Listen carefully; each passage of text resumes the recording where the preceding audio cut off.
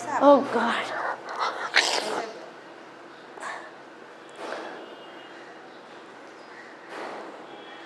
क्या ये बताना ज़रूरी है? नहीं बताना, क्योंकि आपको क्या लगा यहाँ, मतलब क्या, मतलब सबसे अलग क्या लगा?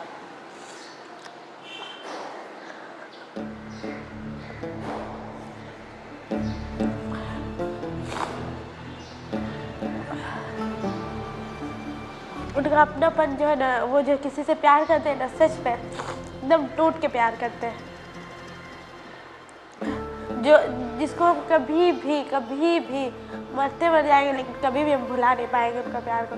चाहे वो कुछ भी कर, हम ये नहीं बोलेंगे कि वो मेरे ऊपर एहसान किए, ये बोल के ना अपने आप को छोटा कर देंगे। ये कभी भी नहीं बोलेंगे कि वो एहसान किए। हाँ, वो मेरे ऊपर एक इतना मेरा मदद किए, बहुत ही मदद किए, जो शायद हम तो अपने आप को समझते थे कि हम कुछ भी नहीं है, बस घर के चार दीवारी में ना सब कुछ, पूरी दुनिया में चार दीवारी है।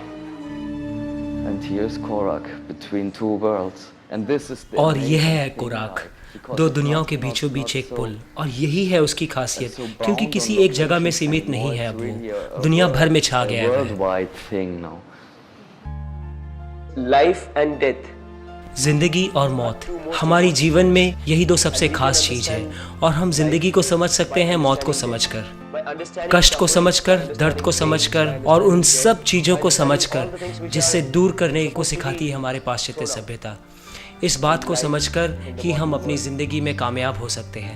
आज के जगत में लोग सिर्फ अच्छी चीज़ें और खुशी की कोशिश में दौड़ रही है, मगर उनसे अच्छाई और खुशियाँ भी दूर भाग रही है। मगर उन्हें वो खुशी नहीं मिलती जिसे पाने के बाद उसकी चाहत ही खत्म हो जाती हो और उसकी आत्मा संतुष्ट हो जाती है। मैं कोराक से मिला जब मैं सत्यजीत रे फिल्म एंड टेलीविज़न इंस्टीट्यूट का मुख्य था, डीन था। हमारा जो निर्माताओं का समूह था, उन्होंने इंटरव्यू में तय किया कि हमें इसे ज़रूर लेना चाहिए, क्योंकि ये एक अलग तरह का इंसान है। वो एक ऐसा इंसान है जो उन चीज़ों को हासिल करना चाहता है जिसके बारे में शायद ही कोई सोचता हो। मैं तो आश्चर्यचकित हो गया था कि ऐसे इंसान को देखकर हम सब ने इंटरव्यू में फैसला लिया कि हमें उसे यकीनन लेना चाहिए। He's doing now this work for इस काम को some करते years. हुए अब उसे कुछ साल हो गए हैं। वो एक निर्दिष्ट दिशा की ओर बढ़ रहा है और आगे ही आगे जा रहा है। वो कितनी दूर निकल गया है अपने रास्ते में, हमें इसका ज्ञान नहीं, उसे ही मालूम होगा। Never like, oh, he leave that open.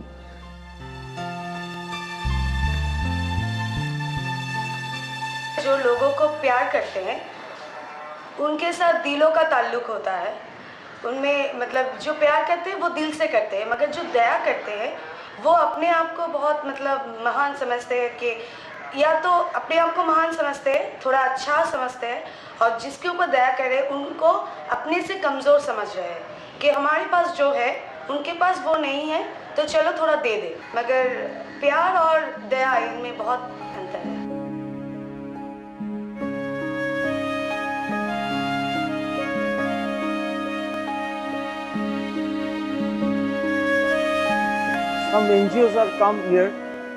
कुछ एनजीओ वाले मेरे पास अपना प्रेस का काम लेकर आते हैं, तब मैं एनजीओ वालों के और कोराक के काम में मूल अंतर को देखता हूँ। कोराक अपने सब काम को करता है प्यार के बल पर, पैसों के बल पर नहीं, और क्योंकि वह प्यार को ही आधार बनाता है, इसीलिए वो कभी अपने काम से थकता नहीं है।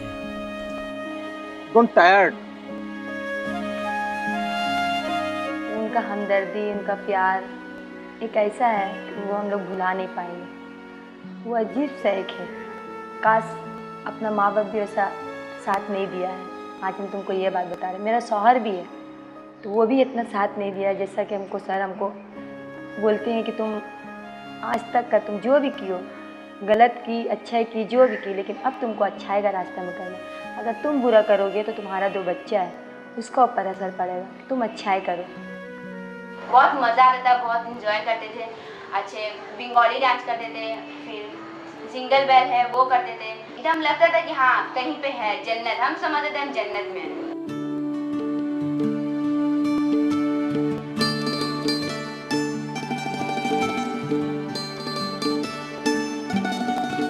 हर एक को वो सच्चाई का रास्ता बताते हैं, अच्छा रास्ता दिखाते हैं। लेकिन इंसान का सोच गलत है, जो सोचता है गलत, जिसका दिमाग में गलत ख्याल रहेगा वो गलत ही सोचेगा उनके बारे में। He started living on the footpath. वो रास्ते के फुटपाथ पर रहने लगा। मुझे सच में ऐसा लगा, मेरे आंखों से आंसू निकल आए जब मैंने ये सुना, क्योंकि मैंने कभी ऐसे इंसान नहीं देखा था मेरी ज़िंदगी में, और वह भी इतनी छोटी उम्र में। तुम्हें पता है, उन अंधेरे और बहुत ही छोटे घरों में, झोपड़पट्टियों के, वो रास्ते के लोगों के साथ ही रहता था, और ये सब वो करता था सिर्फ उनकी ज़िंदगी और दर्द का एहसास करने के Just to लिए। feel what are their life like.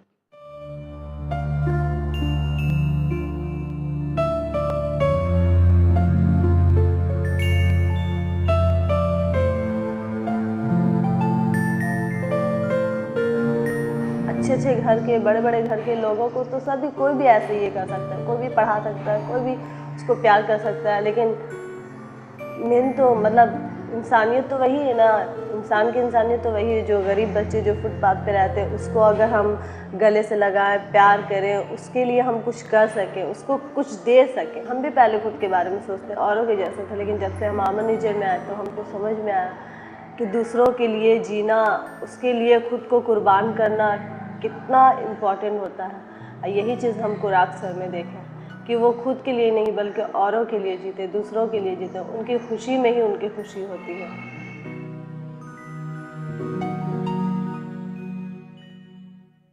खुराक वहाँ गया जहाँ सिर्फ धूल ही धूल थी चारों तरफ, एकदम इंसानियत के अंतिम छोर में गया वह, और शुरू किया वहाँ उसने अपने हाथों से सब कुछ निर्माण करना, अपनी अंदरूनी रोशनी का इस्तेमाल करके, अपनी आत्मा के एहसास मोहब्बत को, अपने आदर्शों को, सब कुछ जो उसे काबिल बनाता, क्योंकि उसे भली भांति मालूम है कि समाज को किस चीज़ की ज़रूरत है। ये मेरा अपना एहसास था जिसने मुझे ये सब काम करने के लिए प्रेरित किया।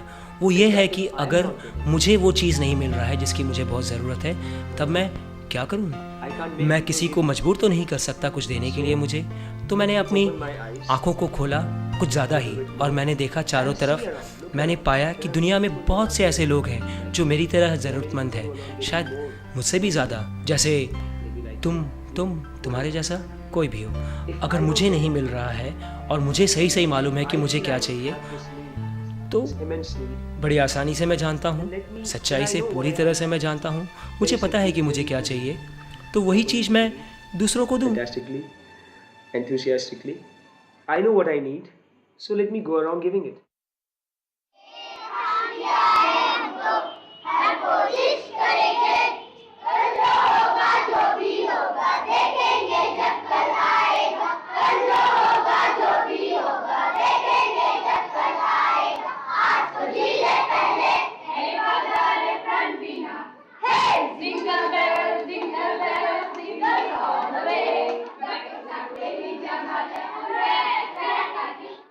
खुराक हर वक्त दूसरों के लिए ही अपने सब कर्म करता है, इसलिए वह किसी को नहीं पता लगने देता जब वह मुसीबत में या किसी कश्मकश में होता है।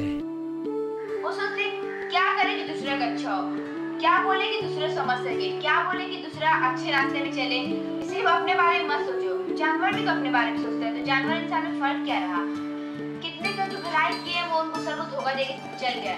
सर अपना सब कुछ छोड़ के एक बच्चे की तरह, बेटा बेटी की तरह उनको रखते हैं, और फिर वो उनको धोखा देके चल जाता है। सर के ऊपर बहुत बीतता है, हम लोग खुद आँख से देखते हैं। सर कुछ दिन खाना नहीं खाते, अपने आप को कमरा में बंद रखते हैं और रोते रहते हैं बहुत। तब हम लोग को बहुत ये लगता है। फिर एक तरीका ये भी है कि अगर नहीं करेंगे तो आगे जो सर ये सब युग बनाना चाहते हैं इस दुनिया में, वो होगा कैसे? अगर इन लोग को नहीं पढ़ाएंगे, सब छोड़ देंगे, सब बंद करके चल जाएंगे, तो पूरा बच्चा का यहाँ पे लाइफ बिगड़ जाएगा। तो सर इसीलिए सोचते रहते हैं कि हम कोशिश करते ही रहे, कोई तो होगा जो इंसान बन जाएगा।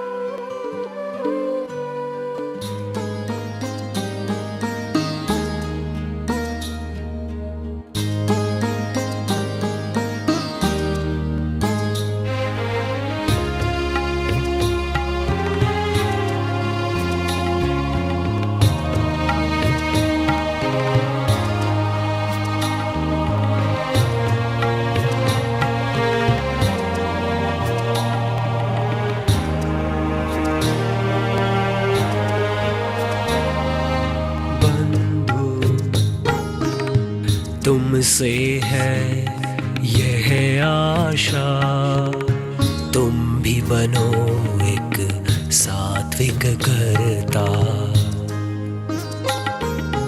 बंधु तुमसे है यह आशा, तुम भी बनो एक सात्विक कर्ता। तन मन धन कर तुम अर्पण, करो मेरे बंधु राष्ट्र आराधन। तीनों लोकों में वही यश पाता, जो बन पाता है निस्वार्थ करता। यश अपयश की चिंता न करते, क्रोध में भी वो शांत ही रहते। वैष्णव जन नाम उन्हीं का है पढ़ता, आजीवन जो सात्विक रहता। हृदय में अग्नि सत्यनिष्ठ की, सर पर बर्फ हो शांत चित्त की। सूर्य की भांति जग हित में जलना, सात्विक तुम्हारा रहे कर्मों का आईना। दीनों के प्रति माँ की ममता, सब दुखी जन के दुख वो हरता। बंधु तुमसे है यह आशा, तुम भी बनो एक सात्विक कर्ता। तन मन धन कर तुम अर्पण, करो मेरे बंधु राष्ट्र आराधन। बंधु तुमसे है यह आशा, तुम भी बनो एक सात्विक कर्ता। तुम भी बनो एक सात्विक कर्ता।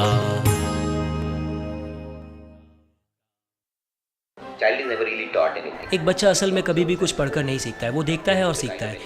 इसके लिए एक बच्चे को तुम जिस हालात में रखोगे वही आखिर में उसके जीवन का आदर्श बन जाएगा, क्योंकि बच्चे अपने हालात को चुन नहीं सकते हैं, उसे तो उसके लिए कोई और पैदा करता है। अगर बच्चे ऐसे हालात में हैं जहाँ करप्शन है, हिंसा, स्वाभाविक आदर्शों और सभ्यता का अभाव है, तो उन बच्चों को आदर्शपूर्ण बनाने के लिए मात्र एक ही रास्ता शेष रह जाता है, और वह ये है कि एक आदर्शपूर्ण जगह उसे मिले जहाँ वो अच्छाइयों और आदर्शों के रास्ते पर चल सकता है और जीना सीख सकता है अच्छी तरह से।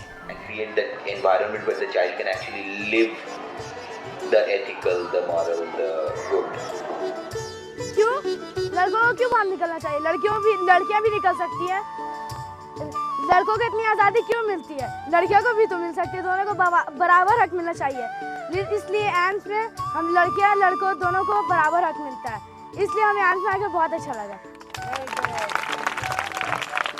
एक बच्चे के लिए इससे ज़्यादा और कोई कुछ नहीं कर सकता है। ये जान लेने के बाद कि क्या अच्छा है, क्या आदर्श जीवन है, कैसे सबके साथ पेश आना चाहिए, ऐसे हालात में रहकर जहां तुम इन आदर्शों को जी सकते हो। इसके बावजूद भी अगर एक बच्चा तय कर लेता है कि उसको अच्छाइयों से कोई लेना देना नहीं है और वो उसे नहीं मानना चाहता, इससे ज़्यादा, इससे आगे तुम उस बच्चे के लिए और कुछ नहीं कर सकते।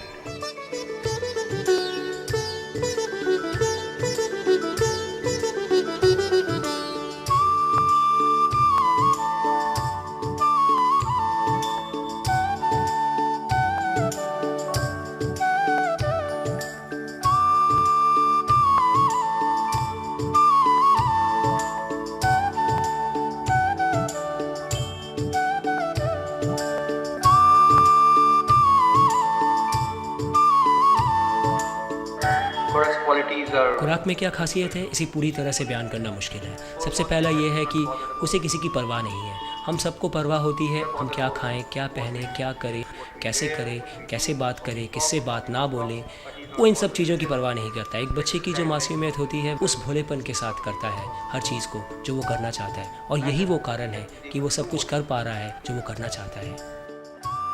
खुराक ने चुना है सबसे मुश्किल हालात, जो दुनिया की नज़रों में तो मुश्किल है लेकिन भगवान की नज़रों में नहीं। उसने लिया है सबसे मुश्किल कागज़, सबसे मुश्किल कलम और चुना है सबसे मुश्किल चीज़ बनाने के लिए, और वह उसे चित्र बना रहा है। मैं सोचता हूँ यही बात उसकी महान है।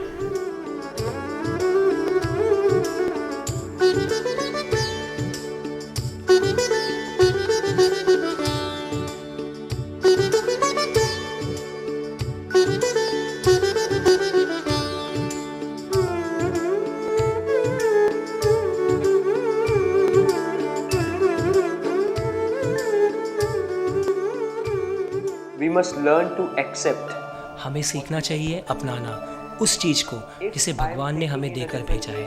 अगर मेरी सोच दुनिया के सोच से अलग है तो इसमें मैं विकलांग नहीं हो जाता, लेकिन मेरे चारों तरफ के समाज के लोग मुझे ये विश्वास दिलाना चाहेंगे कि मैं विकलांग हूँ, लेकिन मुझे ये एहसास होना चाहिए मेरी अलग सोच मेरी विकलांगता नहीं है। हम लोग भगवान के बारे में बात करते हैं और उसकी ताकत के बारे में बात करते हैं, लेकिन असल में हमें विश्वास नहीं है भगवान पर, क्योंकि अगर हम उस सच में विश्वास करते हैं कि भगवान को मालूम है हमारी इस सोच को जो आम लोगों से अलग है, क्योंकि दुनिया की हर चीज़ भगवान की मर्जी से और उसके द्वारा ही की जाती है। वो इंसान उस चीज़ के साथ जिसे आज की समाज उसकी विकलांगता कहती है, वह उसकी खासियत है। इस चीज़ को मैंने नाम दिया है काले हीरे। काले हीरे सफ़ेद हीरों से ज़्यादा बेशकीमती होती है, और काले हीरे वो है जो हमारी आत्मा के अंदर होती है। कलयुग की पहचान पैसों की महत्ता से है, तो शायद इस युग के अंत में अभी वक्त हो गया है कि एक नई पहचान को तलाशने के लिए जो लोगों को समाज के साथ जोड़ती हो और एक रिश्ता बनाती हो। कुरान उस नई पहचान की आगाज करता है। उसकी पहचान है प्रेम की महत्ता।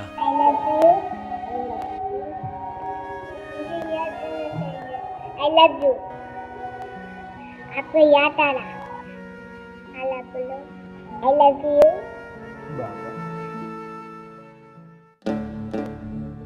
तुम जब बड़े हो